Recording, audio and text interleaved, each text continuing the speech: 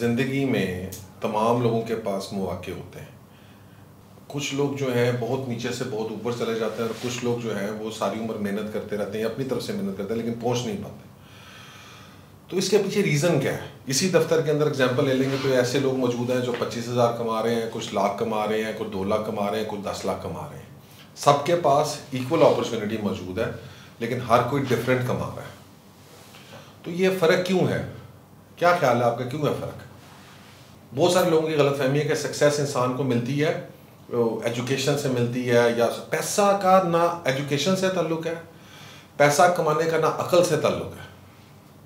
पैसा इंसान कमाता है टेम्परामेंट से, हार्डवर्क से और परसिस्टेंस से। जो बंदा जूस बेचता है, हाफिज जूस वाला, वो देखो कितनी अकल होएगी, is just selling juice, right? अगर आप हिस्ट्री जानते हो इस तरह के लोगों की जो छोटी सी दुकानों से शुरू हुए और कहाँ पे उन्होंने अपनी सल्तनत बना ली, कैसे बने, परसिस्टेंस से बैठे रहे और वो सेव करते रहे, जोड़ते रहे, काम करते रहे। सबसे इम्पोर्टेंट चीज़ क्या है कि इंसान सारी ज़िंदगी अल्टीमेटली काम करता रहता है। किस लिए करता है? कि मैं जब अपनी ओल्ड एज में जाऊं तो मैं एक आसान खुशहाल ज़िंदगी गुजार सकूं, मैं अपने बच्चों के ऊपर बोझ ना बनूं, मेरी बच्चे मेरे से आके मांग ले तो बेहतर है मुझे अपने बच्चों से मांगना ना पड़े। तो ज़िंदगी के 25 साल पहले आपने 25 इयर्स ज़िंदगी के ये आपने पढ़ने शढ़ने में, एजुकेशन में, इसमें लगा दिए। उसके बाद ज़िंदगी के 25 साल आपने अर्न करने में लगा दिए। ये एजुकेशन कर लें, ये अर्निंग कर लें। अब normal a good person should plan कि वो 50 साल की उम्र में रिटायर हो जाए, क्योंकि अगर 25 साल आपने पढ़ा है, 25 साल आपने मेहनत की है, अपने करियर बिल्ड किया है, चीज़ें की हैं, तो आपका लाइफ स्टाइल में क्या होना चाहिए कि आप 25 साल के बाद एटलीस्ट फाइनेंशियल इंडिपेंडेंस हासिल कर लें, कि अब आपके जहन में 50 साल के बाद ये ना हो कि सुबह मुझे रोटी कहाँ से मिलनी है, मेरे घर का किचन कहाँ से चलना है, मेरी रोजी रोटी कहाँ से आएगी, क्या मुझे बच्चों से मांगना, बीमार हो जाऊंगा तो कल मैं इलाज करवा सकता हूँ, नहीं करवा सकता हूँ, ठीक है? अब आपके पास लेट्स सपोज हम कहते हैं 75 ईयर्स अच्छे एक, अब इसका मतलब है 25 हो गए। यार मैं आपसे बात कर रहा हूँ कि चलें ये तो आपने ज़िंदगी गुजार ली, ये जो आखिरी 25 साल है सबसे मुश्किल गए हैं, तो बीमार भी होंगे।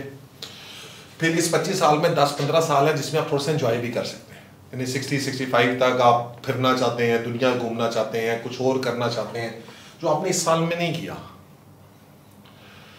तो आप इधर इजीली रिटायर होके आप अपनी लाइफ में कुछ चीज़ें, आप लेट्स सपोज एक बंदा सोशलाइज करना चाहता है, वो चाहता है कि मैं हेल्प करूं, लोगों की हेल्प करूं, सोशल वर्क करूं, आप सारी चीज़ें वो अपने लाइफ के अंदर कर सकते। लाइफ में एक प्लान तो आपके पास होता है।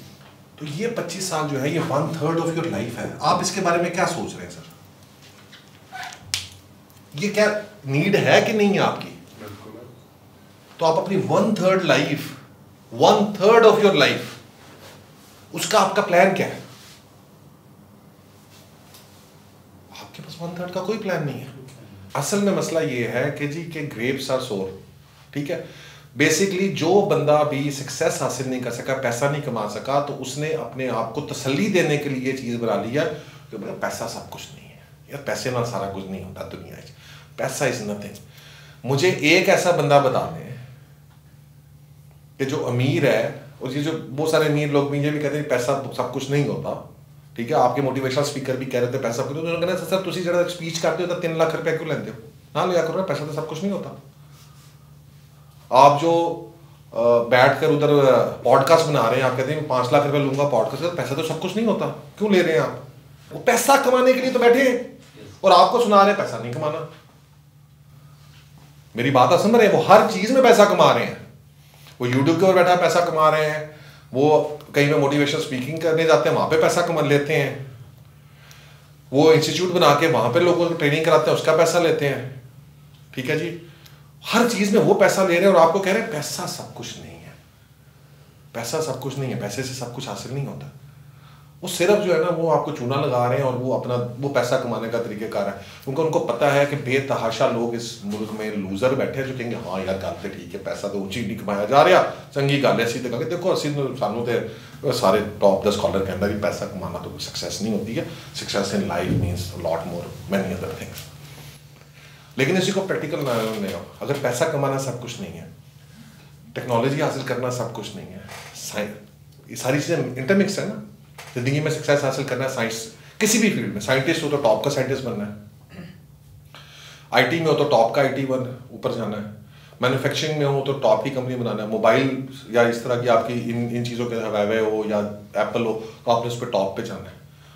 तो अगर आप यही सोच लोगों में डाल देंगे कि इनसे कोई फ़र्क ही नहीं पड़ता, तो क्या आपकी ये पूरी सोसाइटी जो है वो काम करना बंद कर देगी ना। मोटी इन्होंने फ़र्क ही नहीं पड़ता, इन्होंने की करो जो सुबह जाओ 5 वक्त की नमाज पढ़ो, अल्लाह ताला का नाम लो तो जाके घर सो जाओ, तो अल्लाह ताला ने खुश करो तो आखिरत बार।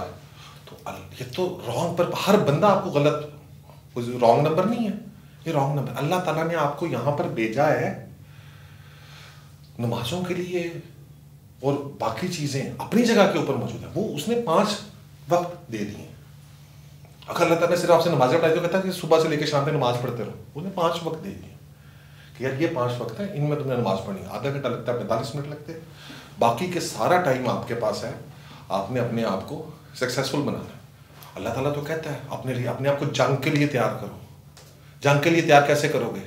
तलवार पढ़ के, जो मौलवी लग गया वो तलवार पढ़ के वो जनाब नहीं, साइंस में आगे जाके, टेक्नोलॉजी में आगे जाके। इकोनॉमी कैसे ठीक करोगे? साइंस और टेक्नोलॉजी में कैसे आगे जाओगे? इकोनॉमी ठीक करके। इकोनॉमी कौन ठीक करेगा? पैसा कमा के। पैसा कमा के। तो पैसा कमाने का तो वो आपको टैग लेक्चर ही नहीं दे रहे, कहते पैसा तो कमाना ही नहीं चाहिए, ठीक है ना जी। वो एक अद्धे 2 हैं जो कर रहे हैं कि जनाब आप बनाएं, पैसा बनाना चाहिए, कैसे कमाना चाहिए, there are people who are doing it. लेकिन पॉइंट ये है कि जनाब पैसे के बगैर आप कुछ नहीं कर सकते। उन्होंने अपनी इकोनॉमीज को पहले ठीक किया, बिजनेसमैन, कॉर्पोरेट सेक्टर को अपने डेवलप करके। आप कितने लोगों को जानते हैं जिन्होंने बैंकों में पैसा रखाया और वो मिलियनर बन गए? कोई भी नहीं। केस क्लोज्ड, कहानी खत्म ना। कितने लोगों को आप जानते हैं जिन्होंने बैंकों में पैसा रखाया और वो अरबपति बन गए? उसका मतलब है बैंकों में पैसा रखा के तो अरबपति नहीं बना जाता। और कितने लोग हैं जिन्होंने प्रॉपर्टी में पैसा लगाया अरबपति बन गए? दुनिया में सबसे बड़ा इंस्ट्रूमेंट जो है मिलियनियर्स बनाने का वो प्रॉपर्टी है। आज से लेकर आखिर से लेकर जब से दुनिया बनी है ना, अगर आप देखेंगे दुनिया में सबसे ज्यादा मिलियनियर्स प्रॉपर्टी इन्वेस्टमेंट ने पैदा किए हैं। ये एक हकीकत है, लॉजिकल फैक्ट है। मैक्सिमम लोग, आपको पता है कौन सी उम्र में जाके पैसा कमाते हैं, अमीर होते हैं? एज ग्रुप 40 के बाद है। 40 के बाद, ठीक है। दैट मीन्स कि ये 15 साल निकल गए, आखिरी 10 साल में ही आप पैसा कमाते हैं। जिस मर्जी को उठा लें आप, कंसल्टेंट डॉक्टर को उठा लें, वो भी पहले 20-25 साल 30 साल पहले तो पढ़ेगा, फिर उसके बाद वो फील्ड में आएगा, 8-10 साल उसको कंसल्टेंट बनने में लगेंगे, फिर उसके बाद पैसा आना शुरू होगा। 10 सालों में 40 से 50 साल की उम्र जो है वो सबसे राइप उम्र है ग्लोबली। हाँ अब तो ठीक है, यंगस्टर्स भी बहुत सारे मिलियनियर्स बिलियनियर्स बन रहे हैं, लेकिन अगर आप टोटल डाटा निकालेंगे तो 40 साल इज द टाइम के वे आपके पास, अगर आप सक्सेसफुल हैं तो आपके पास पैसा आना चाहिए। 40 से 50 साल की उम्र जो है ना, ये सबसे इंपॉर्टेंट एज है आपकी लाइफ की। अगर आपने अपने आप को 40 साल से पहले सेट नहीं किया तो आप कभी सेट नहीं कर सकेंगे। हैं केसेस जो 40 साल के बाद भी लोगों ने अपने आप को सेट किया, लेकिन अगर आप वो फिर परसेंटेजेस कम होती जा रही। वो तो सारा KFC वाले तो 60 के बाद किया, 85 में जाके 80 साल की उम्र जाके बिलियनर बना। लेकिन एक एवरेज अगर आउट करेंगे तो 40 to 50 ईयर्स। और अगर 40 to 50 ईयर्स के अंदर आप अपने आप को सक्सेसफुल नहीं कर सकेंगे, उससे पहले आपने अपनी सारी बेस बना लेनी है, आपने अपनी सक्सेस हासिल कर लेनी है, चीज़ें कर लेनी। वो बिल गेट्स ने बड़ी प्यारी बात की, उसने कहा कि मैं अपनी बेटी की शादी करना चाहूँगा तो I will not want to marry her to a poor guy. लेकिन उसने पुअर की डेफिनेशन बताई। उसने कहा poor does not mean, poor का मतलब ये नहीं है कि इसके पास पैसे नहीं है, पुअर का मतलब ये है कि उसका माइंडसेट पुअर है। वेल्दी वो बंदा है जिसका माइंडसेट ये है कि मैं 1 करोड़ रुपया मैं पाकिस्तान 1 करोड़ रुपया एक मंथ में कमा सकता हूं, उसके पास 1 करोड़ है या नहीं वो अलग बात है, लेकिन उसके पास स्किल है, उसके पास एम्बिशन है, तो वो वेल्थी है। अगर उसके पास आपके पास देखिए, मुझे बाबत है, मुझे पैसा इस्तेमाल करना नहीं आता, मुझे फाइनेंसिस का नहीं पता, मुझे हैंडल नहीं करना आता, मेरे पास 4 अरब रुपया भी है, 4 बिलियन भी है, कितनी देर तक चला लूंगा? 5-6 साल। जितना फास्ट अभी हो गया वो शायद 5-6 साल वो नहीं वो डिपेंड करता है, 2 साल 4 साल 5 साल। तो किसी बंदे के पास 4 अरब रुपया और उसको काम नहीं करना आता, तो जरूरी नहीं है कि वो खर्चे ही करे, हो सकता है वो नुकसान कर ले कारोबार में। 4 अरब का नुकसान कारोबार करे, एक अकल नहीं है, 4 अरब बहुत है। तो जिस बंदे का पुअर माइंडसेट है, वो पुअर का मतलब ये है उसके पास 4 अरब रुपये हो सकता है, 10 अरब भी हो सकता है, लेकिन वो पुअर है क्योंकि उसका माइंडसेट पुअर है। रेंटल इनकम से वेल्थ क्रिएशन होती है, कैपिटल गेन से वेल्थ क्रिएशन होती है। वॉरेन बफे भी यही कहता है, दुनिया के सारे टॉप के इन्वेस्टर्स ये कहते हैं, दुनिया के जो टॉप बिलियनियर्स हैं वो ये सारे कहते हैं कि एसेट और लायबिलिटी में फर्क है। हम सारी उम्र लायबिलिटीज पालते हैं, आपका घर लायबिलिटी, आपकी गाड़ी लायबिलिटी, आपका प्लॉट लायबिलिटी।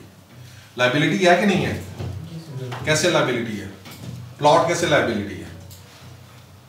प्लॉट क्यों लायबिलिटी है? फाइल क्यों लायबिलिटी है?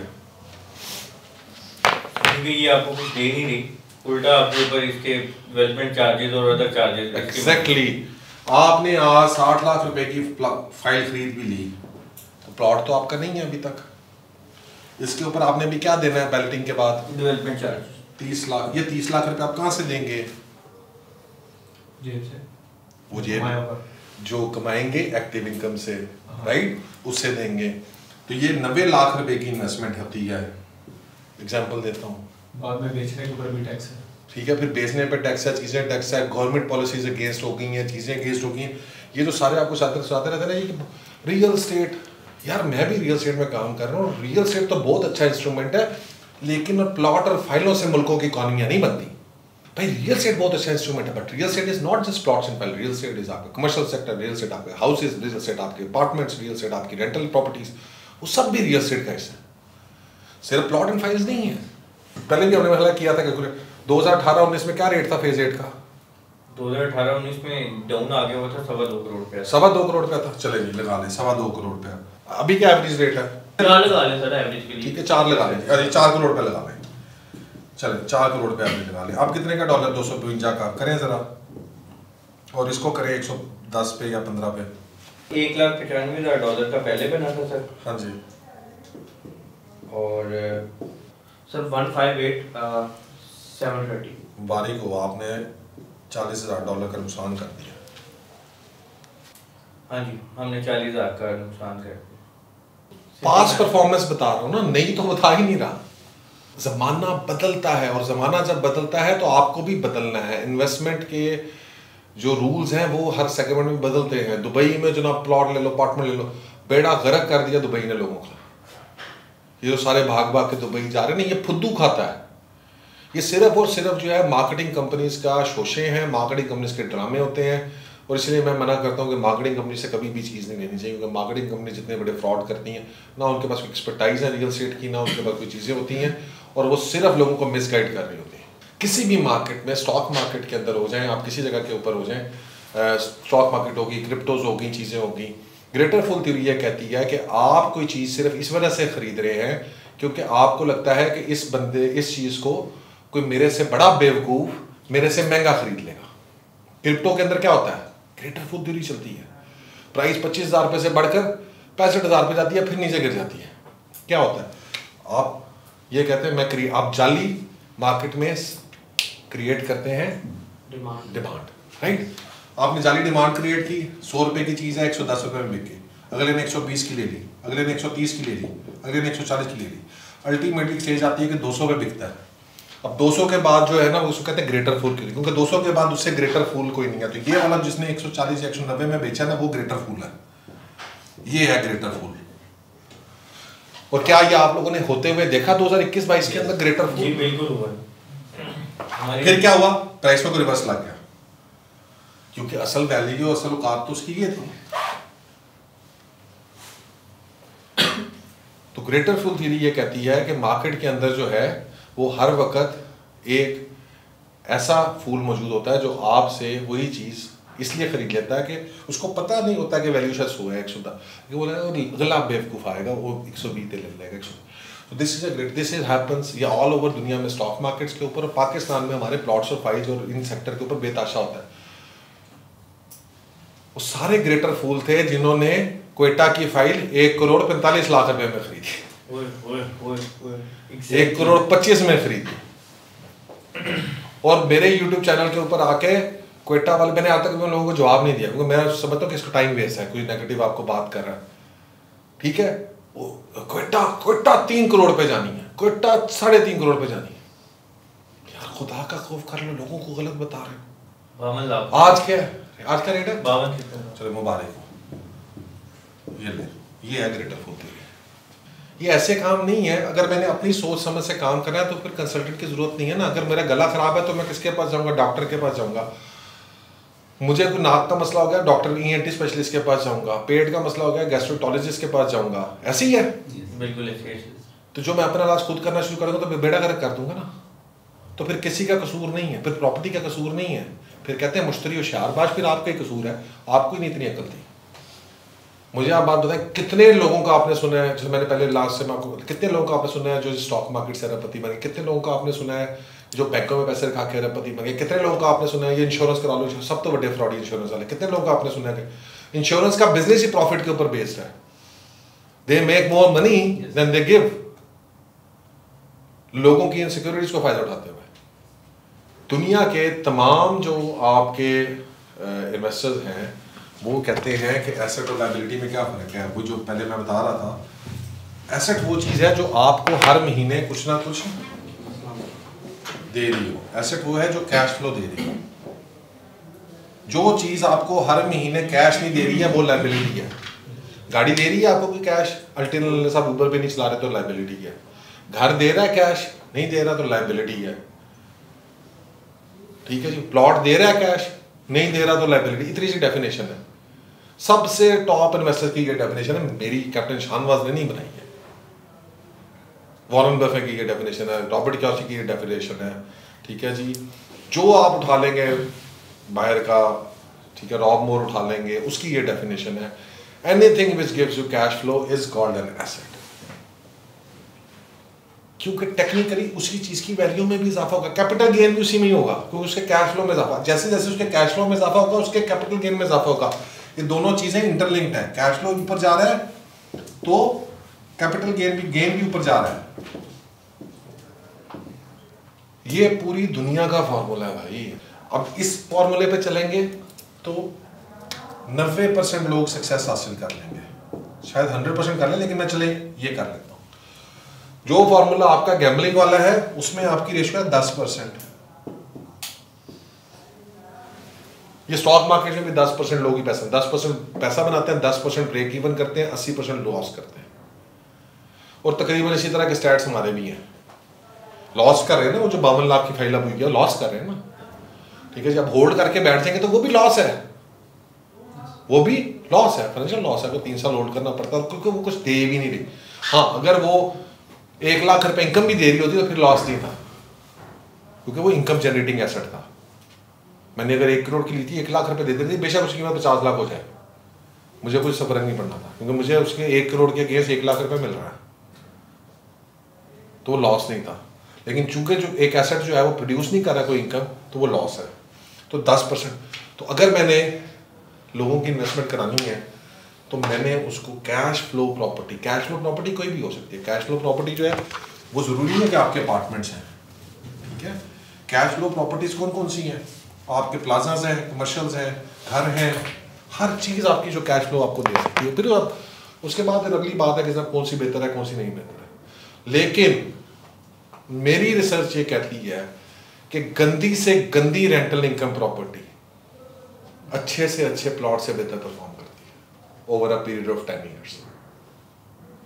यानी आप अगर घर भी ले लेंगे ना, फेज 6 का घर फेज 6 के प्लॉट से बेहतर परफॉर्म करेगा 10 साल में, ठीक है ना। So technically this is where you have to go. अगर आपके पास प्लॉट है दो, एक प्लॉट अगर आपने प्लॉट भी रखने हैं तब भी उसको ये एडवाइस दें, अच्छी एडवाइस दें कि be sincere to your people, ये इट्स वेरी इंपॉर्टेंट। पहला टॉप चीज़ पढ़ी कि लर्न और नॉलेज। दूसरा परसिस्टेंस, कामयाबी के लिए हमेशा परसिस्टेंस की ज़रूरत है, लगातार मेहनत की ज़रूरत है। और तीसरी चीज़ है सिंसेरिटी टूवर्ड्स योर क्लाइंट। अगर आप सिंसियर नहीं है क्लाइंट के साथ, अगर एक बंदा कहता है कि यार नहीं मुझे एक चीज़ समझ में नहीं आती, उसको यार और कुछ नहीं करना, तो प्लॉट रखे ना, तेरी मेहरबानी एक कार बना ले, तेरे अगर ये शौक है, पैसे ज़्यादा है कमर्शियल ले ले, ये ज़्यादा बेहतर है। प्लॉट 10 प्लॉट रख के ना छोड़, तेरा नुकसान हो रहा है। मेरी बात आप समझ रहे हैं? क्यों? घर है 2-2.5 लाख रुपए किराया देता है, 2-2.5 लाख रुपए किराया देता है ना। 5 सालों में आप उसको लगा लें कि जनाब 30 लाख रुपया साल का हो गया, 5 सालों में 1.5 करोड़ रुपया तो उसने किराया दे देना आपको। प्लॉट की एप्रिसिएशन तो मिल ही रही है,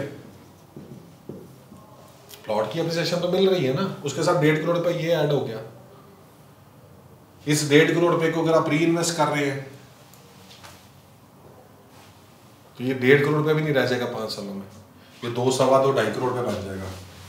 एक्चुअली 2.5 करोड़ रुपया होगा, क्योंकि इसमें करोड़ रुपया आपने कमा लिया होगा। आपने कुछ जो भी लिया, कोई और एसेट ले लिए, कोई कमर्शियल प्रॉपर्टी अपार्टमेंट्स आप लेना शुरू कर दे, उसकी किस्तें देना शुरू कर दी, उसमें भी तो वैल्यूएशन मिलेगा ना 3 सालों में 5 सालों में। 1.5 करोड़ रुपए का आपने अपार्टमेंट ही बना लिया तो 1.5 करोड़ रुपया लिया, 5 सालों में 2.5 करोड़ का तो होगा ना, किस्तों में देते रहे पैसे। तो 2.5 करोड़ रुपया वो हो गया। प्लॉट आपका 5 करोड़ रुपए से 8 करोड़ रुपए का हो गया, 7 करोड़ रुपए का हो गया। भैया आप 10 करोड़ में बैठे तो 10 करोड़ की आपकी वैल्यू होगी 5 सालों में। ठीक है, अब उसी चीज को आप बता देते हैं। क्या आप ये समझ दें कि फेस इसका प्लॉट 5 करोड़ का अगले 5 सालों में 10 करोड़ जाएगा? क्या चांसेस है? अच्छे एरिया में शायद चला जाए, बात नहीं समझेगा। अगर चला जाएगा तो भाई मेरा भी तो 5 करोड़ का, मेरा भी तो 10 करोड़ का वाला है ना, मुझे क्या फर्क पड़ेगा? तो मेरा तो भी 12.5 होगा ना, मैं फिर भी 2.5 करोड़ का ज्यादा कमा रहा हूँ। वो फिर प्लॉट है, ये दो घर होंगे। और मेरा अच्छा, फिर उसके बाद मेरे जो है वो उसके ऊपर इन्वेस्टमेंट 2-2.5 करोड़ रुपए की।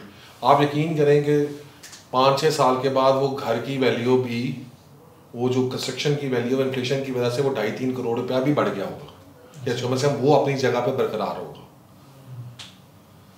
तो अगर आप जितने भी कैलकुलेट कर लें तो आपको इधर ही प्रॉफिट नजर आएगा। तो मैं ऐसे ही कहता हूँ कि जी मिनिमम बुरी से क्यों, उसकी एक और वजह है। वजह ये है कि 90% लोगों को बेचारों को पता नहीं। हाँ, जो एक बड़ा वैल्यूएबल इन्वेस्टर है, समझदार इन्वेस्टर है, उसके लिए ठीक है, but for a normal average person जिसका ये काम नहीं है, जिसका ये फील्ड नहीं है, उसके लिए इधर मौत है।